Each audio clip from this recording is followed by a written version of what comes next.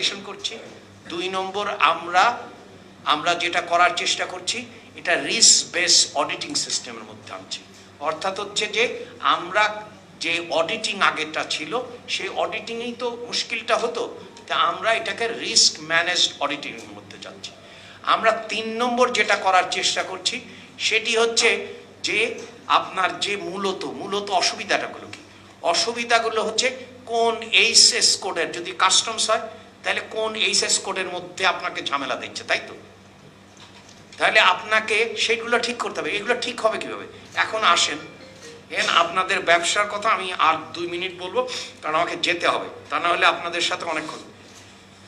প্রথম হচ্ছে যে গ্রোথ প্রমোশনের 1 নম্বর শর্ত হচ্ছে যে পলিসি প্রেডিক্টেবিলিটি, অর্থাৎ যে করটা দেয়া হচ্ছে সেটা কয় বছরের জন্য। তা আপনি দেখেন রাজনৈতিকভাবে কারিগরি না হয়ে এবার দেখেন budget. So we are moving from this technocentric solution that has harmed the country, period.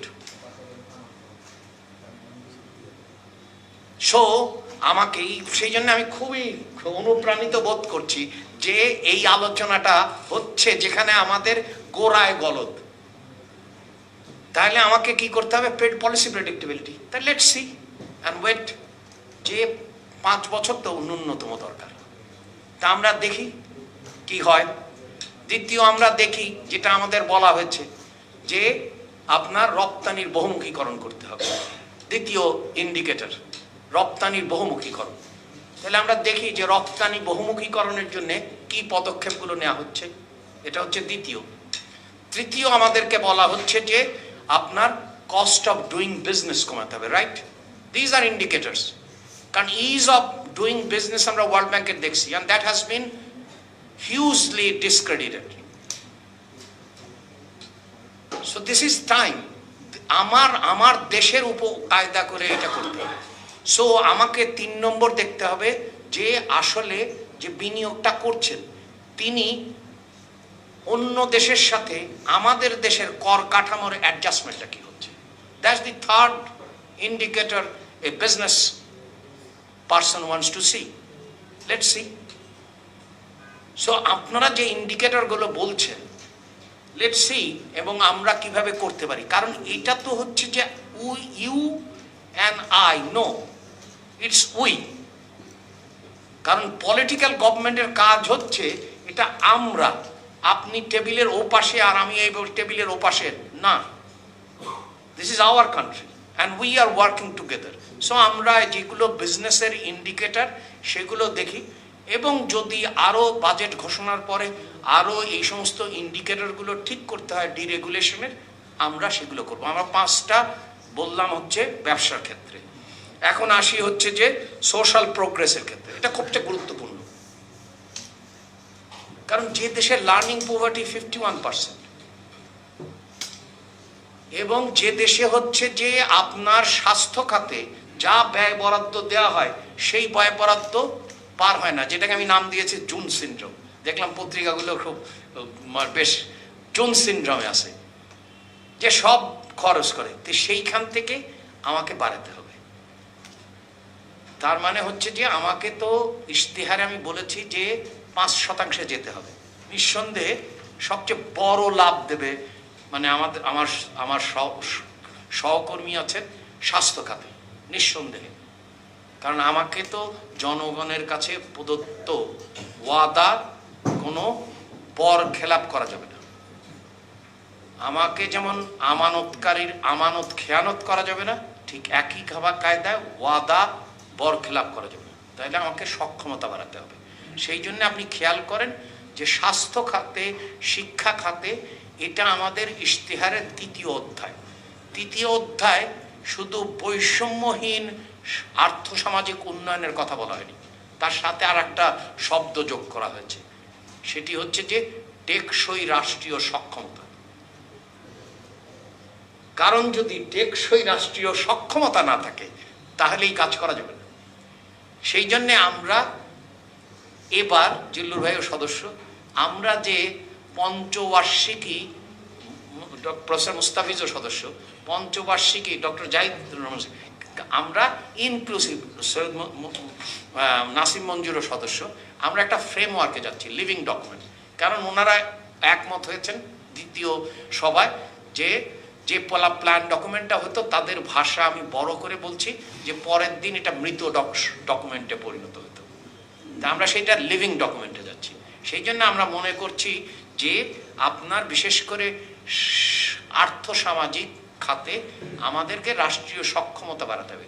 সেই জন্য আমাদের পুরো বার্ষিক উন্নয়ন কর্মসূচি বা যে পরিকল্পনা, যেটাকে ঠুটো জগন্নাথে পরিণত করা হয়েছিল বা অনেকে বলে থাকেন, আমি ঠিক জানি না, যেটা একটা ডাম্পিং গ্রাউন্ড ছিল, তো সেইটাকে আমরা আবার নিয়ে আসছি।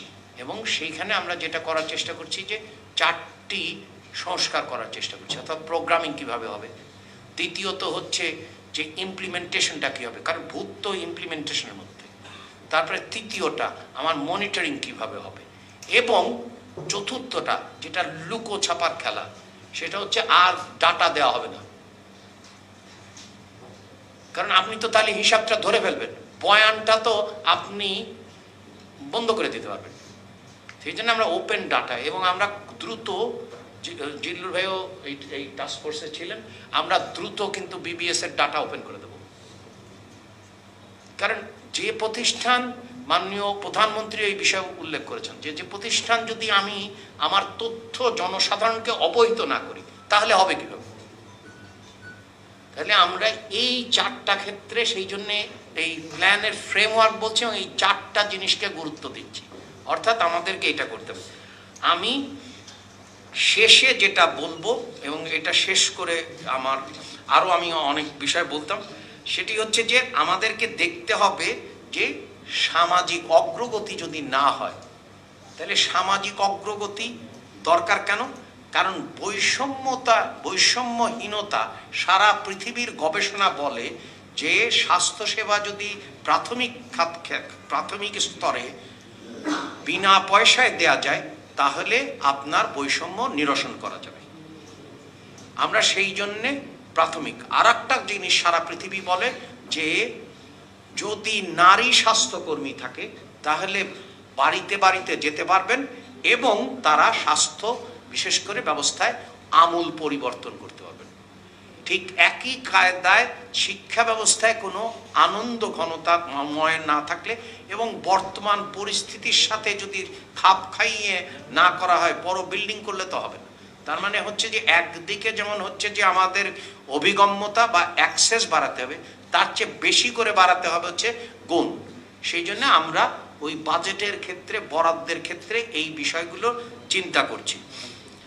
আর ক্রেডিবল এবং সিকোয়েন্স রিফর্ম যেটা বলেছেন, এইখানে একটা উদাহরণ দিই, সেটা হচ্ছে যে কেউ অস্বীকার করবে না যে আপনার রাজস্ব ব্যবস্থার মধ্যে মানে একটা বিভাজন হওয়া দরকার, অর্থাৎ নীতি গ্রহণ এবং বাস্তবায়ন।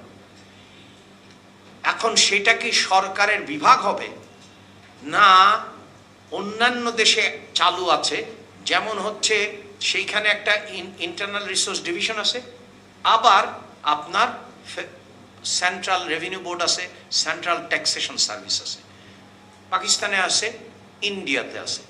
আমাদের এখানে সমস্যা হচ্ছে যে অভ্যন্তরীণ সম্পদ বিভাগের সচিব আবার এনবিআর এর চেয়ারম্যান, এইটা একটা আমি ছোট্ট করে বলার চেষ্টা করছি।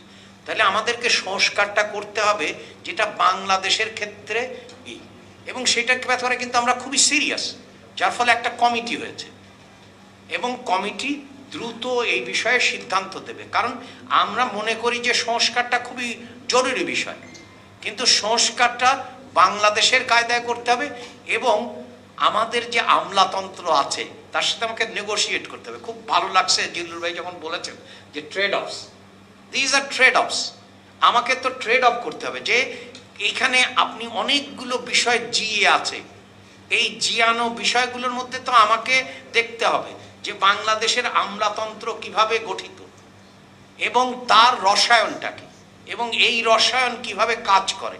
কিন্তু যেটা আমরা নিশ্চিত করে বলতে পারি সেটি হচ্ছে যে অবশ্যই নীতির সাথে বাস্তবায়ন এর আপনার পৃথক ঘটনা ঘটবে। তা আমি মনে হয় অনেক আমার আরেক জায়গায় যেতে হবে, বেশ অনেকক্ষণ আমার ইচ্ছা ছিল থাকার, কিন্তু এটা একটা চমৎকার উদ্যোগ। কারণ এই রোগটা ছিল হচ্ছে রাজনৈতিক, এবং পতিত সরকার এই রোগটাকে এমনভাবে একটা করে গেছে, সেইটার থেকে আমরা মুক্ত হওয়ার চেষ্টা করছি। এবং আমরা আশা করি, যেটা আমার জনাব মামুন রশিদ বলেছেন, আমাদের তো রাজস্ব হার বাড়ানো যাবে না। ফটোকার্ড প্লিজ, আমি কিন্তু বলি নাই হার বাড়ানো হবে। আমি বলেছি যে অভ্যন্তরীণ সম্পদ, সেটা করের ক্ষেত্রে হোক অথবা কর বহির্ভূত রাজস্ব হোক, দুটো ক্ষেত্রেই আমরা পরিমাণ বাড়াবো, হার বাড়াবো না। এবং সেটার প্রমাণ পাওয়া যাবে হচ্ছে আপনার এই জুলাই মাসে। কারণ আমরা তো দেখব যে আমরা লক্ষ্য করেছি যে গত বছর অন্তর্বর্তীকালীন সরকারের 2% প্রবৃদ্ধি হয়েছিল।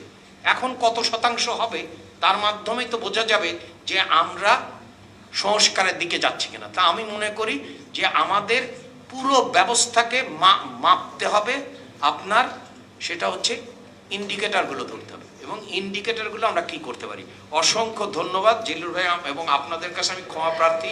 মাননীয় উপদেষ্টা, একটা কোশ্চেন করা যাবে? প্রশ্ন শুন।